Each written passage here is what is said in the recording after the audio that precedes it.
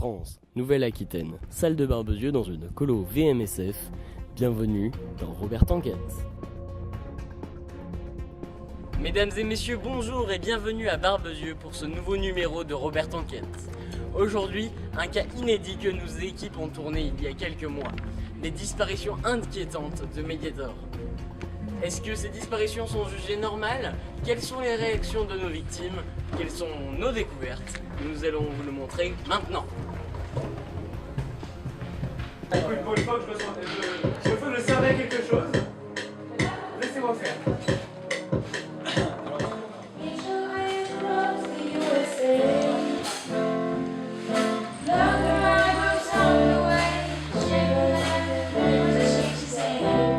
Depuis quelques jours, nous avons remarqué une perte de 57% des Mediator dans la colo VMSF.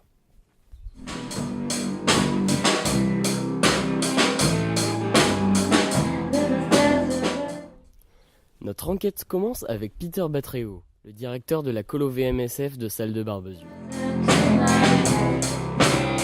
C'est pas loin de 80 ados de jeunes de 12 à 17 ans qui viennent faire des activités artistiques. Donc on a des arts plastiques, on a de la musique, on a du cinéma, on a de la musique assistée par ordinateur. Ça c'est un truc qu'on a mis en place depuis 2 ans maintenant avec certains de mes animateurs. Ça veut dire principalement en journée de la musique, un peu partout, dans les studios principalement, mais aussi en extérieur où les jeunes se sentent libres. Après on a des temps autres que artistiques, des jeux, du sport, des veillées principalement. On tient énormément à nos veillées, c'est-à-dire que c'est quelque chose qui nous tient vraiment à cœur, de faire quelque chose de toujours qui dépasse un peu les limites. On essaie de vraiment se donner à cœur de faire de belles veillées, parce que c'est le dernier moment de la journée, c'est le petit truc un peu funky. Et donc voilà, après, que dire d'autre? Les colos VMSF de manière générale, c'est un espace de liberté, un espace d'expression, que ce soit par l'art ou pas autrement.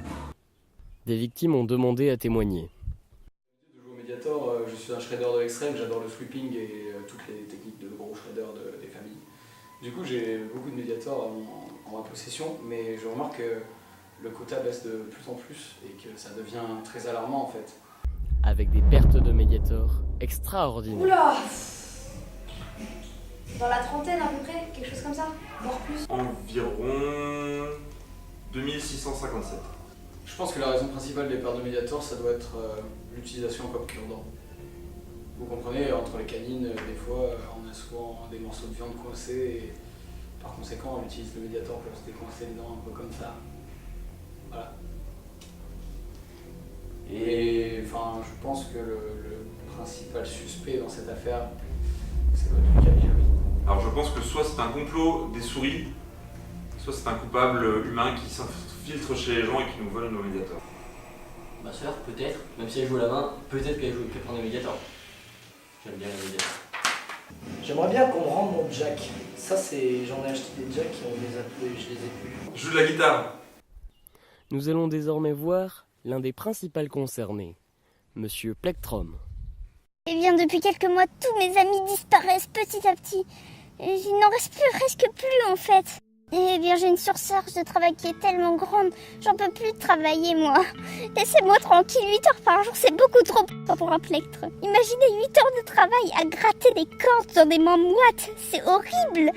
Eh bien, je me lève vers 7h30, je petit déjeune, puis des adolescents aux mains moiteuses me prennent dans leurs mains pendant toute la journée, mais c'est pas de façon avec eux, si vous voyez ce que je veux dire.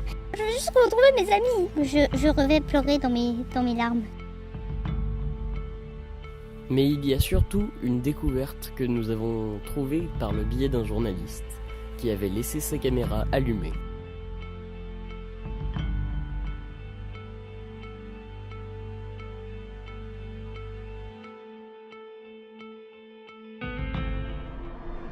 Dans le prochain épisode, nous enquêterons sur la casse des paires de baguettes des batteurs à Curé.